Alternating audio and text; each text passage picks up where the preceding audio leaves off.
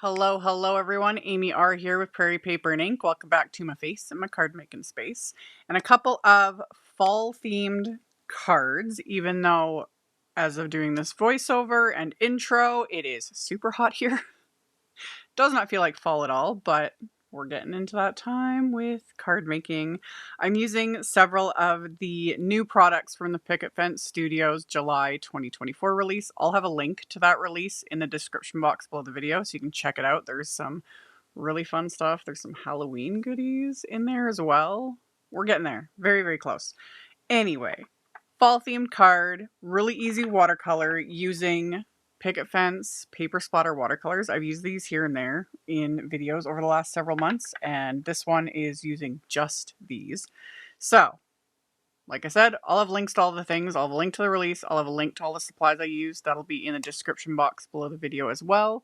If you use any of my links and end up placing an order, I get a little kickback from that at no extra cost to you. It's what helps pay the bills and fund the channel.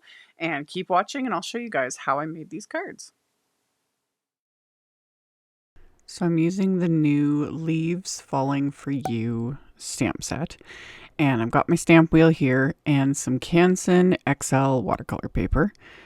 Any watercolor paper will most likely work. I'm doing very basic watercoloring, and the Canson XL is pretty much just my go-to because it's cheap and I like it. So I've got the panels of watercolor paper. And specifically with that, because it's and most watercolor paper comes in like a 9x12, I cut it in half twice. So these are like 4.5 by 6 inch panels right now, which is nice because that gives me a little leeway for when I trim it down later for the card. And I lined up a bunch of the stamps from the stamp set on the watercolor paper, picked it up with the lid of my stamp wheel. Then I used my anti-static powder tool on the watercolor paper. That'll help prevent the embossing powder from clinging to mostly anything but the stamped images. And this time I'm stamping the images with some gold pigment ink. It doesn't have to be like pigment ink, but like, you know, clear Versamark will work, etc. I chose to use the gold because that way I could see that I got everything stamped, and why not? Why not use gold ink? So stamp the images with the gold ink, and then I covered them with some detailed gold embossing powder. I'm going to repeat the process on the second panel because when I opened my pack of watercolor paper, there was 2 panels sitting there from a previous project. So I was like, might as well do 2. Why not? When I've got all the supplies out, it's nice to make multiples. So I did the same thing, anti-static powder, stamped the images in the gold ink, covered them with the gold embossing powder, and now melting everything with my heat tool till it's all shiny, melted fabulousness. And like I always say, I don't think heat embossing will ever get old, at least not for me. It's just magical, especially metallics. You know, when they go shiny and get all pretty, and I'm like, yes. So you just make sure everything is smooth and shiny and melted. If there's any dull grainy areas, that just means you haven't melted them with the heat tool. So you get that. Let everything cool off for a second, and then I'm just taping these down with some satin tape to a hardboard. This just kind of helps hold the watercolor paper down a bit, since I am going to paint like the whole piece, because once you start getting them wet, everything starts to curl. So this will hold it down. If I was just doing one panel, I probably wouldn't bother because I can just kind of hold it with my fingers, not a big deal. So taped everything down. And then I'm going to use several colors of the Picket paper splatter watercolors. And I'll have them all listed in the, with the supplies. 3 of them are just color, and 3 have a bit of shimmer added to them. However, because I'm kind of mixing everything, adding water, you don't really get the shimmery effect very much. So I won't be showing that at the end of the video like I usually do, with my flashlight. But I just grabbed colors that will work for fall leaves. So I grabbed liquid fire orange, liquid Christmas red, liquid Christmas green, liquid bark brown, liquid yellow sunshine, and liquid forest green. And I just put a few drops onto one of my little palettes. Any non-porous surface will work. The ones with shimmer, which are the liquid yellow sunshine, the fire orange, and the forest green, I just shook up really well before putting onto my palette. And then I've got off camera, I've got a jar of my watercolor water, and then a fairly large watercolor brush. swirl it in the water, swirl it in the color of choice, and then paint it onto the background. No worries about being neat or anything. I just want to cover this whole background. And since these are fall colors and specifically fall leaves, I don't have to worry at all about colors possibly like mixing, creating muddy colors, because if it creates a muddy color, aka brown, that's great. It's fall. Fall leaves have brown on them. So it's kind of freeing to do things like this and to be a little bit messy and just not worry at all about colors mixing. So this was super quick and easy. I used a little more water and a little less color with all of this because I want the background to be a bit softer. And then I sped up the drying with one of my heat tools just so that when I go in to add the darker color to the actual leaves, I don't accidentally have things, running all over the place. So I sped up the drying with my heat tool, and then I'm going to use all the same colors, do the exact same thing, except this time I'm going to use a little less water, a little more color, and that way I'll get that deeper color on all of these little images. So of course I use the brown on the pine cones.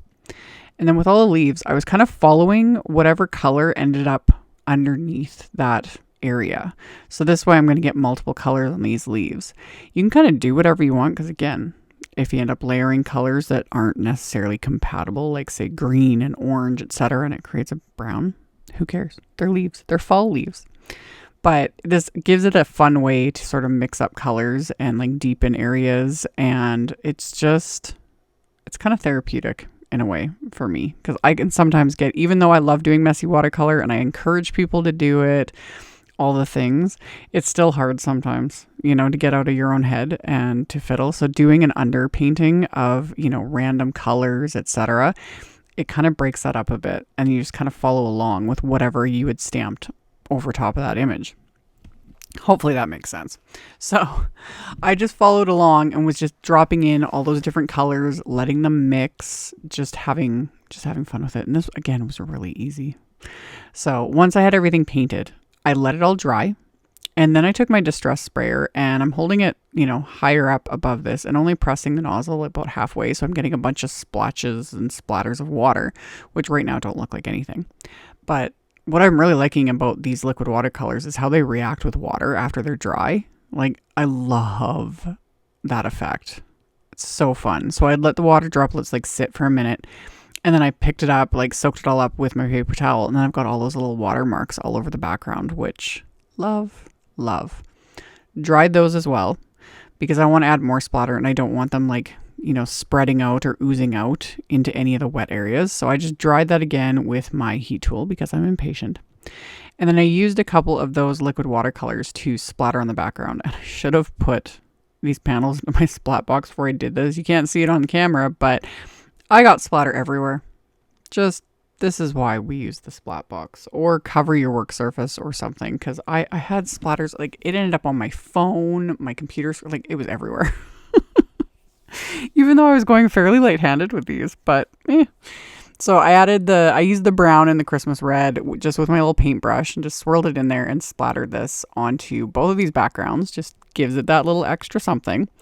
And am I going to stop here? No, of course we're going to add more splatter. Go big or go home.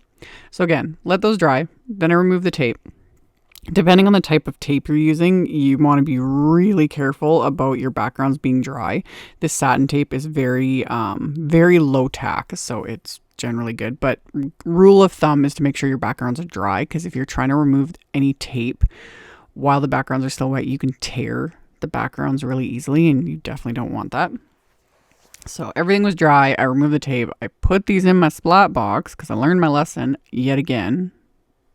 Why I have to learn this lesson a million times over all these years I've been doing this. Who knows? But did that, and then I've got my Yasutomo pale gold watercolor here that I added a bit of water to, swirled my fan brush in it, and then added nice big splotchy splatters with that, and it'll dry fairly matte and just give, again, just extra texture to these backgrounds.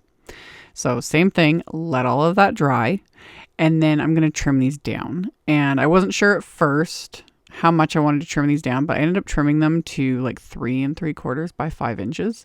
That way my card base will give it a nice kind of frame. So I use my guillotine trimmer to trim down these panels. And once you cut off the edges that, you had the tape on, etc., it just completely changes the look. At least it does for me. Everything looks a little kind of messy and unfinished, and then you just trim them down and I'm like, okay, we're good here. Like things are starting to come together.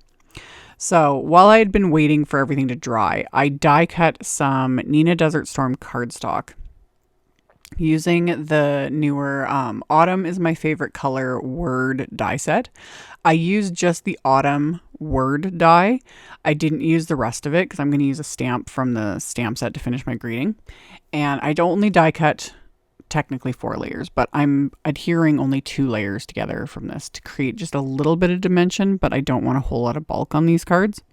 And I'm just adhering everything together with craft tacky glue. And once I had the letters adhered, I took one of my pint-sized paper pouncers and some vintage photo distress ink and applied that with the pouncer to each of these letters, keeping the ink more concentrated towards the bottom of these letters, so it ends up giving it a bit of an ombre effect. And then just kind of fading it out towards the top. So that'll just kind of give the letters, get them to stand out a little bit more because the backgrounds are a bit busy. Plus it looks nice. There's something about vintage photo and deserts like craft cardstock that I love. So the next thing I did, you can always skip a step and just mask off the top, but I have no problem cutting my stamps apart if it suits me. So there's a little autumn greeting stamp in that Falling For You stamp set. And I trimmed them apart so that I just had the greetings word. But like I said, you could also use like the masking tape and just mask off the top word and then just ink up and stamp, like we always used to do way back in the day. But I'm lazy and I have no problem cutting my stamps apart. And if I want to use the stamp like as it was intended, I just stick it on a block or stick it on the, lid of my stamp positioner as it's intended. Apologies, my camera was like freaking out with its focus while I was doing this. Anyway, I did the exact same thing, just on red cardstock. I used my anti-static powder tool, stamped the sentiment with gold pigment ink, coated it with the same gold embossing powder, melted it with my heat tool, and then used my microfiber cloth to remove that excess anti-static powder from the cardstock. And once I'd done that, I trimmed these down with my paper trimmer so they're the same width as the background panels. And then I'm going to adhere these directly to those backgrounds with some craft tacky glue, just making sure that I've got, a good amount of space for these letters because they're quite tall. They're like 2 inches. They're a good size. I've talked about this in other videos I've done, how I'm not the biggest fan of like individual letter wafer dies, more so because it's just more time and effort to assemble or line them up, etc. But when they're like large like this, I like it. I like the look of them and I don't find them as tedious. So I adhered the little panels with the greetings word onto the backgrounds. I added some baker's twine as a little embellishment. And then to adhere my letters, this is another reason why I like ones like this, because the word's already spelled out for me. So I just used the scrap that I took the words out of to line up all of my adhered and ink blended words so that now everything's lined up quick and simple. Press some tape in it to hold everything in place and then pulled it out of the scrap of cardstock, flipped it over. While everything is still stuck to the tape, I can add all of my adhesive to the back of these and then using the tape can adhere the entire word in one go. Quick, simple, easy. If I was building my own word with like individual, letter wafer dies, etc., I would line them up starting from like the middle and working my way out to each end so that I got proper spacing. And then I would use the tape to hold it and adhere it in the exact same way. So I got those adhered to their backgrounds. And then on the insides of my cards, my card bases are top folding A2 white note cards. And I'm inking up a couple of the leaf images from that set with that same vintage photo distress ink, stamping it onto the inside of the card, and without re-inking, stamping it a second time. So I got a second generation of that, just to give, the lighter and darker areas. And then I left it at that. I decided not to add any sentiments to the inside of the card. I wanted to keep it kind of simple. Plus it keeps it a little open-ended. So these cards can be, for whatever occasion I need it for. And, it'll work as a thank you card, a thinking of you card. It could be a birthday card, things like that. Because it's always nice to have kind of open-ended cards in the stash, depending on what you're going to need it for. So after I stamped the insides of my card bases, I put some foam tape on the back of the watercolor panels. So that'll pop everything up, give it a little extra dimension. So I got the backing of the foam tape and then lined these up onto my card bases. And this was why I trimmed down those watercolor panels. So now the card base kind of frames the panels a bit. And then once those are adhered, I've got to add just a little more bling. So I've got some of the aptly named Autumn Leaves Gem mix from Picket Fence, and I just put little dabs of glue onto the background and then picked up the gems I wanted with my little embellishment wand, pressed them into the glue, and then all I got to do is let the glue dry and these cards are complete. So, like I mentioned in the intro, I will have a supply list directly below the video. So if you expand the video description, there'll be a supply list with links to everything I used. So you can check those out below if you are interested. And then, of course, as always, thank you all so very much for taking the time to watch my videos. Thumbs upping helps a ton. It really does. Commenting also helps a ton. It just tells the robot overlords that you guys like what you see, aka the algorithms, and then it just helps. It helps a lot, and I very much appreciate it. So, and then of course, subscribe if you haven't. I'd love to have you, and I'll see you all very soon in the next video. Bye.